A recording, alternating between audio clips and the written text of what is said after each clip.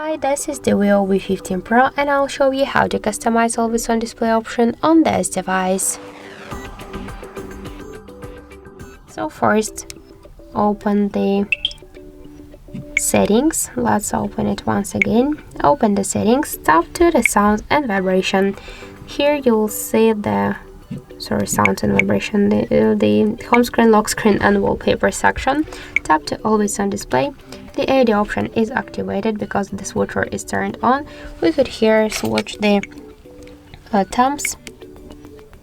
For example, let's select one from this available temp, click to apply.